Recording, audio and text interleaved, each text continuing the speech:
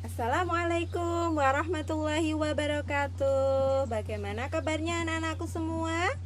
Sehat ya? Alhamdulillah. Tetap semangat belajarnya di rumah? Iya, tetap semangat. Coba agar lebih semangat lagi, kita lakukan tepuk semangat bersama-sama. Tepuk semangat. Semangat. Semangat. Iya. Agar diberi kelancaran, sebelum memulai pelajaran, marilah kita berdoa terlebih dahulu. Berdoa mulai. Berdoa selesai. Nah, kita sudah berdoa. Kita akan melanjutkan pembelajaran kita masih di tema 4, berbagai pekerjaan. Subtema 3, pekerjaan orang tuaku, dan di pembelajaran 3. Kalau kemarin kita belajar di pembelajaran 2. Di pembelajaran 3 ini, apa saja yang akan kita pelajari anak-anakku? Iya, yang pertama nanti kita akan belajar tentang arti pentingnya pengelolaan sampah terhadap pelestarian sumber daya alam. Nah, kita nanti akan mengkomunikasikannya. Bagaimana arti pentingnya pengelolaan sampah tersebut. Yang berikutnya kita akan belajar tentang bagaimana kita memahami isi suatu cerita dan memberikan pendapat tentang isi cerita tersebut. Jadi kita juga akan saling memberikan pendapat dengan teman. Nah, selanjutnya ya, kamu amati, coba kamu amati lingkungan di sekitar kamu. Bagaimana sampahnya? Masihkah ada sampah yang berserakan ataukah sudah bersih?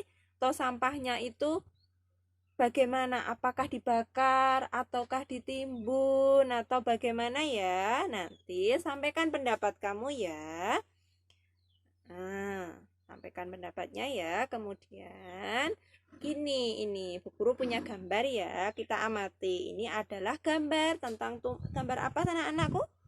Iya, tentang tumpukan sampah yang menggunung.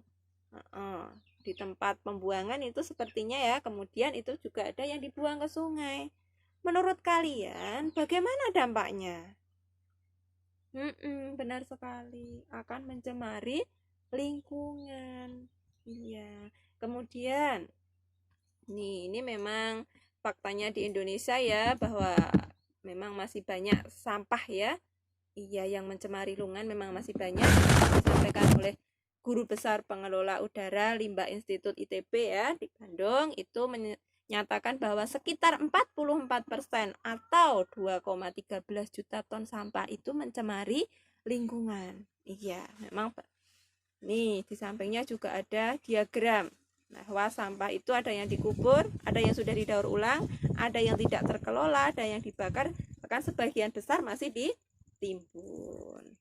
Nah, mungkin juga termasuk yang ada di lingkungan kita.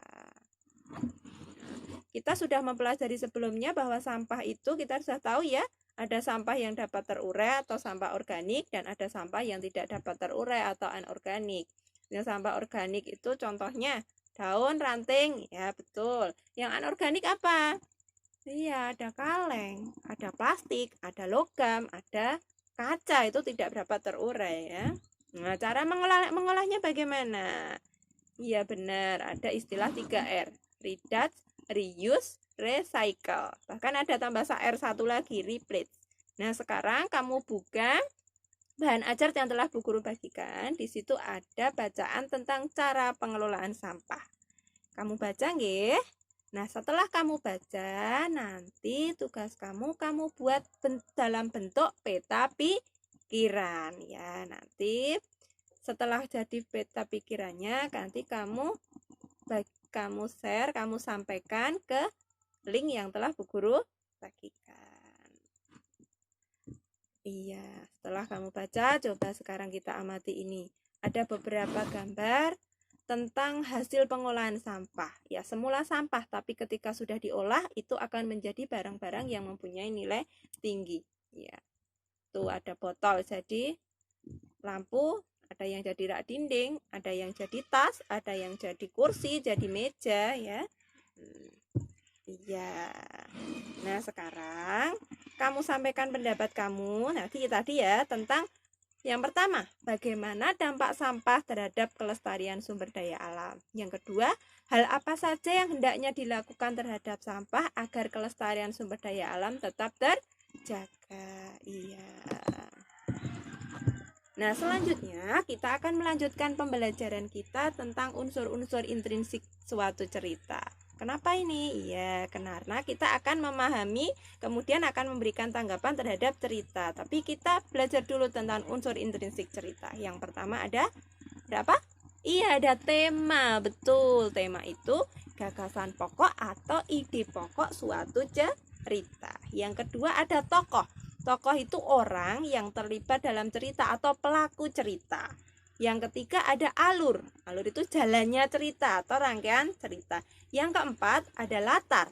Latar itu adalah tempat, kemudian waktu dan suasana suatu cerita. Yang kelima sudut pandang. Pandang itu cara pandang penulis menempatkan dirinya dalam cerita. Yang terakhir ada amanat. Amanat itu adalah pesan yang ingin disampaikan penulis melalui cerita. Nah, setelah kita mengetahui unsur intrinsik cerita, kita akan menanggapi suatu cerita nanti. Ya, bagaimana caranya? Yang pertama, kamu baca dulu cerita itu dengan sungguh-sungguh. Kemudian, kamu temukan unsur-unsur intrinsik yang ada dalam cerita. Setelah menemukan unsur intrinsik, kita akan mudah dalam memahami unsur cerita. Dan setelah memahami unsur cerita, selanjutnya akan memberikan pendapat terhadap unsur cerita, terhadap isi cerita tersebut.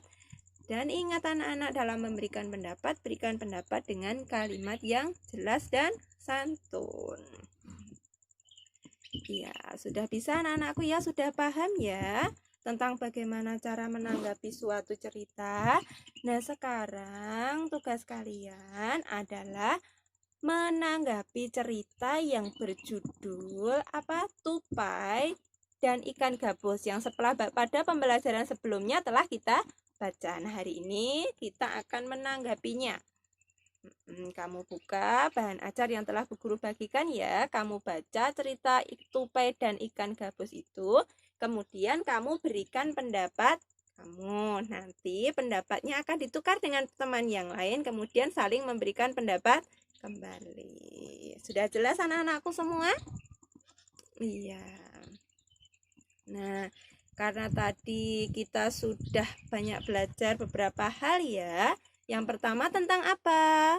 Iya, tentang dampak sampah terhadap kelestarian lingkungan. Iya, kemudian sudah mengkomunikasikan dampak sampah terhadap kelestarian lingkungan. Yang kemudian yang ketiga, kita sudah memahami isi cerita dan telah memberikan komentar terhadap isi cerita. Dan saling memberikan komentar dengan temannya tadi ya. Nah, untuk meningkatkan pemahaman kamu untuk pembelajaran kali ini, coba kamu buka link yang Bu Guru berikan. Kamu kerjakan soal-soal yang ada di link tersebut agar lebih meningkatkan pemahaman kamu.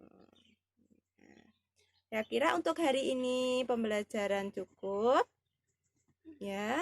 Nah, sebelum kita tutup, marilah kita berdoa terlebih dahulu. Berdoa mulai. Selesai. Dan Bu Guru akhiri, alhamdulillahirrabbilalamin. Wassalamualaikum warahmatullahi wabarakatuh. Nah, sampai jumpa di pembelajaran berikutnya ya anak-anakku semuanya.